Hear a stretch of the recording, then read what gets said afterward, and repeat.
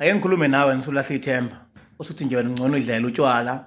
Futhi wena ungcono kunje vele into zenu uyazazi ukuthi ziboshiwe into zakini ayilungi zimnyama. Ayikho into eyalunga ingalungisiwe noma kuthiwa siyophila kusiphi isikhathi.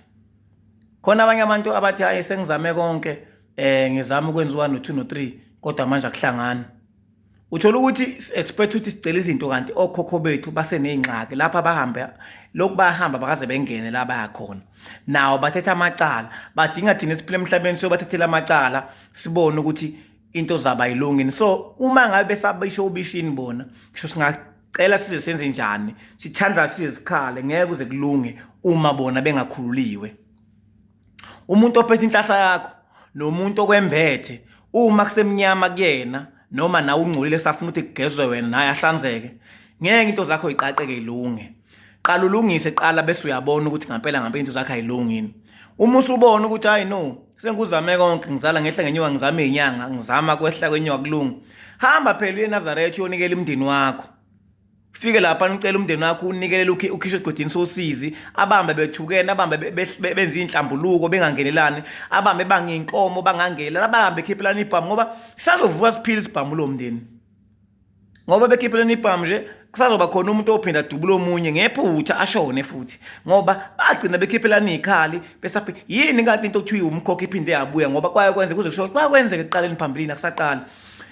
Ungazideli ngoba uphila nje yazi ukuthi umndeni le kuyiyona ngethu ifana nabantu abasebezivile ifana nabantu ababoshiwe abahlele endaweni eyinkinga lapha eVille. Kulabantu abasebezivile noma abantu abaseqala kabusha badinga thina singaphandle ukuthi sikwazi ukubakhulula labantu angeke benze lutho bengaphakathi ejele.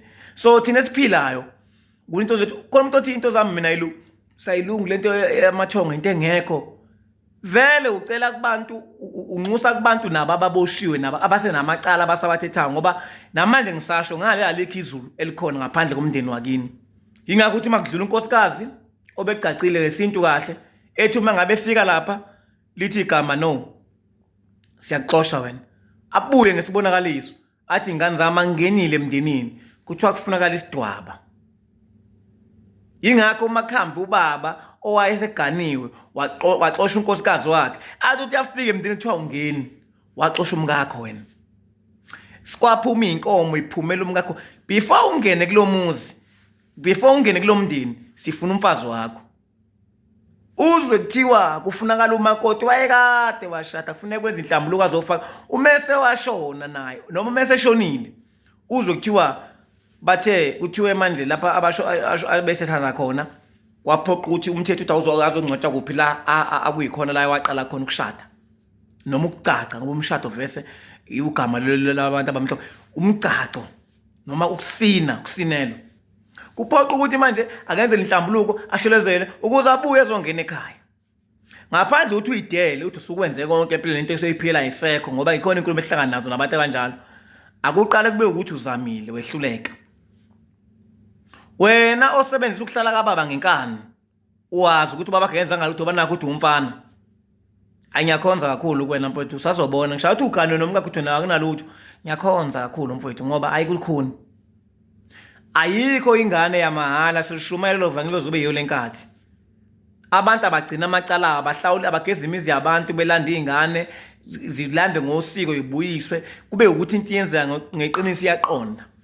Ngale kwalokho isizwe sabantu abamnyama sogcina lokho sidunguzela kanje ngoba nama ngisadunguzela. Ngaphandle ukuthi usukwenze konke khipha abantu bakene ejele khipha abantu bakene weZiville khipha abantu bakene eZonvatele khipha abantu bakene eqala kabusha khipha abantu ngabala ngoba kufanele ukuthi basejele baboshiwe. Imndeni ehamba kuyona ngingakho namhlanje kunabantu singasibaphuphe emndeni yethu ngoba vele musungala kudlala kushubile ngaliyana kunzima ngala kulukhuni. Imfihlakalo ibona ukuthi umuntu ngoba ngeke ngisho ukuthi mhla kwavuka umuntu wasemndeni wakini wazonitshela into afike wayibona ngani yobona hayi no inkulu into yethonga ayikho ncane. Ngaphambi ukuthi usukwenze konke qala ukhulule abantu bakene ababoshiwe. Hambe ubanikelela iyodwa inkonzo ekwazi ukukwenza lokhu kunele imndeni yakini iyodwa nje enomprofeti obonakala ngenyawo ohambayo la emhlabeni ophilayo. Ingakho abantu beconfuse bedideka bethi hayi umuntu onjani lona ohamba emhlabeni ngenyawo okade upetrol lapha na simbone isitelo sokuthi nephela vele bafuna bona kukhulunywa into engekho ukuze bekholwe, bafuna ukukholwa into engekho le ebonakalayo. Hayi ngoba vele umqondo ubrandiwe ukuze into zakho izolunga. Hambe ukukhulula abantu bakini, lokhu ucela umsebenzi ungawutholi, ucela umuntu ungawutholi nje. Abantu bakini baboshiwa, ingakho ungawutholi umsebenzi.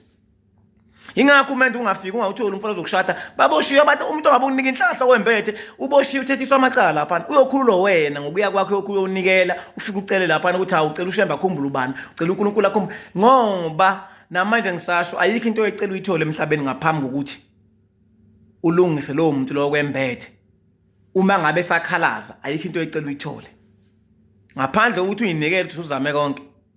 Cela uzame ukuthi ukucacela abantu ababoshiwe basemndenini yakini, ngoba kunayo inhlambuluko ezibalekelwayo kini. Hambe uyonikela inhliziyo zabaphilayo ukuthi nicela ugcina inhlambuluko labantu abahambe bengazwani, bengangenelani.